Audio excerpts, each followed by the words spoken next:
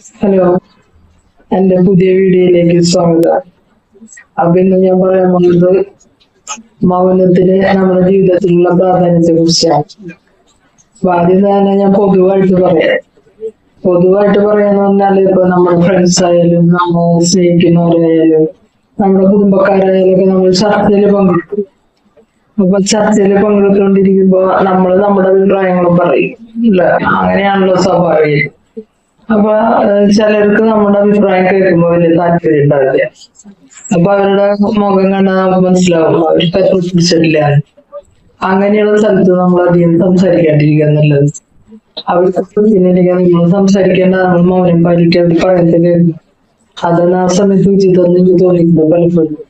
അല്ലെങ്കിൽ നമ്മൾ ആഭാസ്യരാണ്, നമ്മുടെ സംസാരം ഇഷ്ടപ്പെടാതെ അവർ വിഷമിച്ചിരുന്ന് കേൾക്കാന്ന് പറയുന്നത് നമ്മളെ സംബന്ധിച്ച് അതൊരു ബുദ്ധിമുട്ടുള്ള കാര്യമാണ് അല്ലെ.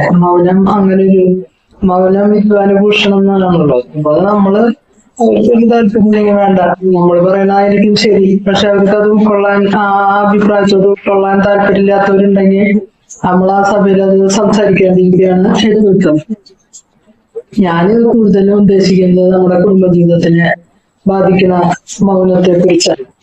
നമ്മളെല്ലാവരും ഇപ്പൊ എല്ലാ പിള്ളേരും നമ്മള് പഠിച്ചവരും അറിവുള്ളവരും ഒക്കെയാണ്. അപ്പൊ നമ്മുടെ പങ്കാളി വന്നിട്ട് നമ്മുടെ അടുത്തൊരു കാര്യം പറയുമ്പോ നീ ചെയ്ത് ശരിയായില്ല എന്ന് പറയുമ്പോ നമുക്ക് പറയാനായിട്ട് കാര്യങ്ങളുണ്ടാവും. നമ്മളും ജീവിതം നയിക്കുന്നത് നമ്മുടെ കുടുംബം നന്നായി കൊണ്ടുപോകാനാണല്ലോ. അപ്പൊ അതിന്റെ ഇടയിൽ നമ്മള് പകുതിയാവും അവര് ചൂട്ടി കാണിക്കുന്നതാവാ. അപ്പൊ അങ്ങനെ കാണിക്കുമ്പോ ചിലപ്പോ അവര് പറയുന്നതാവും ശരി, ചിലപ്പോ നമ്മുടെ കയ്യിലാവും ശരി. ആ ശരികള് ഭയങ്കര ആക്രോശിച്ച് വരുന്ന ഒരാളുടെ അടുത്ത് നമ്മൾ സംസാരിക്കാതിരിക്കാൻ നല്ലത്. ആ സമയത്ത് മൗനം ആ സമയത്ത് വളരെ അനിവാര്യമാണ്. ഒന്നും ഉണ്ടാകണ്ട. അത് കഴിഞ്ഞിട്ട് നമുക്ക് പറഞ്ഞ് തിരുത്താൻ പറ്റുന്ന സമയം കിട്ടും. കാരണം പോയിട്ട് ഇവര് ലഹളയിലേക്ക് പോകുമ്പോ അല്ലാന്നുണ്ടെങ്കിൽ നമ്മളത് ചെയ്തില്ല എന്നുണ്ടെങ്കിൽ എന്തുണ്ടാവുന്ന അറിയോ, ഒരു നിസ്സാര കാര്യം വലിയൊരു പ്രശ്നമായിട്ട് മാറിയിട്ട് പിന്നെ അതൊക്കെ മനസ്സിന് ഉള്ളില് നമുക്ക് ദേഷ്യം കൂടുതലായിട്ട് നമ്മളും പറയാൻ പാടില്ലാത്തതൊക്കെ പറഞ്ഞു പോകും. അപ്പൊ എപ്പോഴും നമ്മൾ കോൺഷ്യസ് ആയിട്ടിരിക്കുക. ഈ ഓളിയിടുന്ന സമയത്ത് നമ്മൾ സംസാരിക്കണ്ട. അത് ചിലപ്പോ പെണ്ണിനാവും ചിലപ്പോ ആണിനാവും ദേഷ്യം കൂടുതല്. ഇതൊക്കെ സ്വാഭാവികമായിട്ട് മനുഷ്യരിൽ കൂടിയും കുറഞ്ഞുള്ള ഒരു അവസ്ഥയാണ്. ചിലപ്പോ ആണിന് വലിയ ദേഷ്യമൊന്നും ഉണ്ടാവില്ല, സമാധാനപ്രിയനാവും. പക്ഷെ പെണ്ണ് ഭയങ്കര ദേഷ്യകാരിയാവും. അപ്പൊ ആ തിരിച്ചുണ്ടാവും എന്ന് പറയാം ഞാൻ. അപ്പൊ അവര് ആ ദേഷ്യം ഒന്ന് ആറി വന്നിട്ട് നമുക്ക് വിവരങ്ങൾ പറഞ്ഞ് മനസ്സിലാക്കാം. ആ സമയത്ത് നമ്മള് മൗനം പാലിക്കുന്നത് എപ്പോഴും നല്ലതാണ്. കുടുംബജീവിതത്തിൽ അത് പല സമയത്തും നമുക്ക് ഉപയോഗിക്കേണ്ടതായിട്ട് വരും. നമ്മൾ ഏത് കാര്യത്തില് ഇപ്പൊ നമ്മൾ ചെയ്ത കാര്യം ശരിയായിരിക്കും, പക്ഷെ അത് പറഞ്ഞ് ബോധ്യപ്പെടുത്താൻ പറ്റിയ സമയം അതല്ല. കാരണം ഈ ദേശം കൂടുതലുള്ളവര് രണ്ടുപേരുണ്ടാവുന്ന കലകം കൂടുന്നത് അതുകൊണ്ടാണ്. കാരണം ആ സമയത്ത് ഈ ഇഷ്യൂ എന്ന് പറയുന്നത് വളരെ ചെറിയ ഇഷ്യൂ ആവും. പക്ഷെ ഇവര് പറഞ്ഞു കൂട്ടിയിട്ടുള്ള വാക്കുകൾ എന്ന് പറഞ്ഞാൽ അതിഭയങ്കരമാണ്. അതിനെ ചൊല്ലിയാണ് പിന്നത്തെ വഴക്ക്. അവള് അത് പറഞ്ഞു ഇവനെ പറഞ്ഞു എന്ന് പറഞ്ഞിട്ടാണ് പിന്നെ വഴക്ക്. ഈ പറഞ്ഞ കാര്യങ്ങളോ ചെയ്ത എന്ന് പറഞ്ഞതോ വളരെ നിസ്സാരമായിരിക്കും. ചിലപ്പോ നമ്മൾ മിണ്ടാണ്ടിരുന്നാല് 10 മിനിറ്റ് കഴിയുമ്പോ അത് മാറിയിട്ട് ആള് പിന്നെ വേറെ വിശേഷങ്ങൾ പറഞ്ഞ് അങ്ങനെ നമുക്ക് സംസാരിച്ചു പോണ കാര്യം ഉണ്ടായിരുന്നുണ്ടാവുള്ളൂ.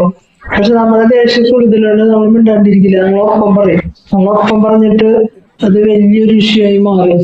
അതിന്റെ ഇടയില് കുട്ടികളൊക്കെ പേടിച്ച് ആരുണ്ട് വിളിച്ചിട്ടുണ്ടാവും.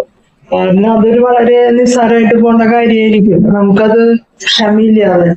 ക്ഷമ ഭയങ്കര അത്യാവശ്യമാണ്.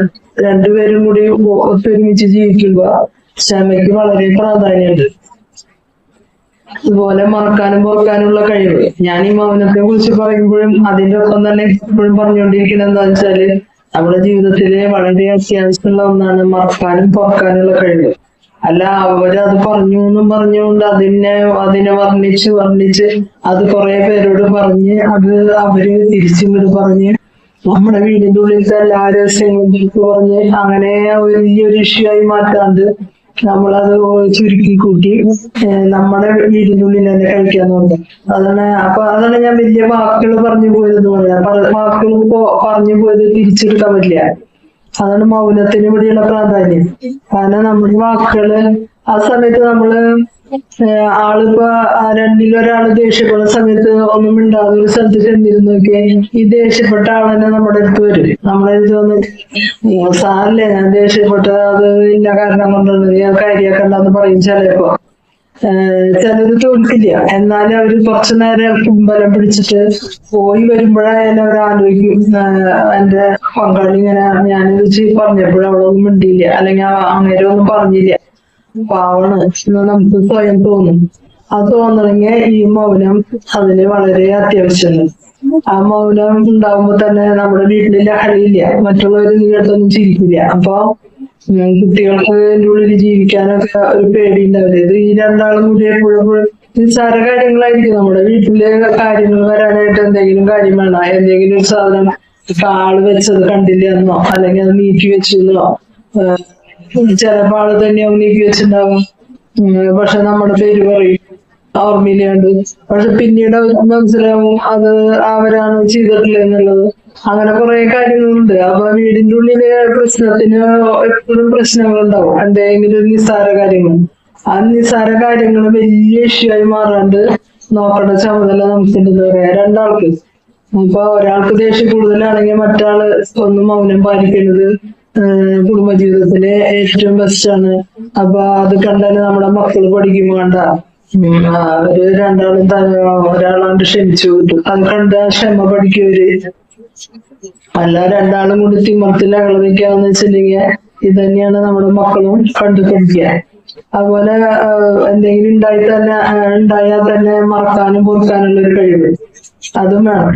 അത് കുടുംബജീവിതത്തിന് വളരെ അത്യന്താപേക്ഷിതമാണ് നിലനിന്ന് പോകാനായിട്ട്. ജീവിതം രണ്ടുപേര് ശത്രുക്കളൊന്നുമല്ലല്ലോ, ഒന്നായി ജീവിച്ചിട്ട് അവസാനം വരെ മരണം വരെ ജീവിക്കാനുള്ള ആൾക്കാരല്ലേ. അപ്പൊ നമ്മൾ ശത്രുതാ മനോഭാവത്തോടു കൂടി നമ്മൾ പെരുമാറേണ്ട കാര്യമില്ല. ആൾക്ക് പറ്റിയൊരു തെറ്റാവും, ആൾക്ക് ഓർമ്മ വരാണ്ടാവും എന്നൊക്കെ നമ്മൾ ചിന്തിക്കണം. അല്ലെങ്കിൽ അതെന്നെ ആലോചിച്ച് നമുക്ക് ദേഷ്യം വന്നിട്ട് എന്നെ ഇങ്ങനെ പറഞ്ഞു എന്ന് നമ്മൾ ചിന്തിച്ചുകൊണ്ടിരുന്നാല് നമുക്ക് അവരോട് വെറുപ്പ് തോന്നും. അപ്പൊ നമ്മള് കൂടുതല് അങ്ങനത്തെ കാര്യങ്ങളിലേക്ക് പോകാണ്ട് അതൊക്കെ ഉണ്ടാവും, മറവി ഉണ്ടാവും. നമ്മളെ കുറെ കാര്യങ്ങൾ ചെയ്യുന്ന ആൾക്കാരല്ലേ, അപ്പൊ അതിലെന്തെങ്കിലും ഒരു മറവി പറ്റിയിട്ടായിരിക്കും അങ്ങനെ പറഞ്ഞിട്ടുണ്ടാവുക. അപ്പൊ ഞാൻ മൗനത്തെ കുറിച്ച് പറയാൻ കാരണം എന്ന് വെച്ചാല് നമ്മൾക്ക് ദേഷ്യം എന്ന സമയത്ത് നമ്മൾ സംസാരിക്കാണ്ടിരിക്കുക. ആ സമയത്ത് പറയുന്ന വാക്കുകൾക്കൊക്കെ കാഠിന്യം കൂടും. ആ സമയത്ത് നമ്മൾ സംയമനം പാലിക്കുക. കുറെ വയസ്സാകുമ്പോൾ നമുക്കൊന്നും സംയമനം ചിലപ്പോൾ കിട്ടിയെന്ന് വരില്ല, പ്രഷറും ഇതൊക്കെ കൂടിയിട്ട് നമുക്ക് നിയന്ത്രിക്കാൻ പറ്റാണ്ട്. പണ്ടത്തെ സംയമനമൊന്നും പിന്നീട് ഉണ്ടായിരുന്നു വരില്ല. ഇതെല്ലാം വന്നതെന്ന് വെച്ചാൽ നമ്മൾ പരമാവധി ശ്രമിക്കുക നമ്മുടെ ക്ഷമയും ഈ ഭയങ്കര ദേഷ്യം വരുമ്പോ നമ്മള് ക്ഷമ പാലിക്കാനായിട്ട് മൗനം പാലിക്കാനായിട്ട് നമ്മൾ പഠിച്ചു തുടങ്ങിയാല് നമ്മുടെ ജീവിതത്തിൽ വിജയമുണ്ട്. അപ്പൊ അതാണ് ഞാനിപ്പോ ഒന്ന് പറയാൻ വിചാരിച്ചത്. Thank you.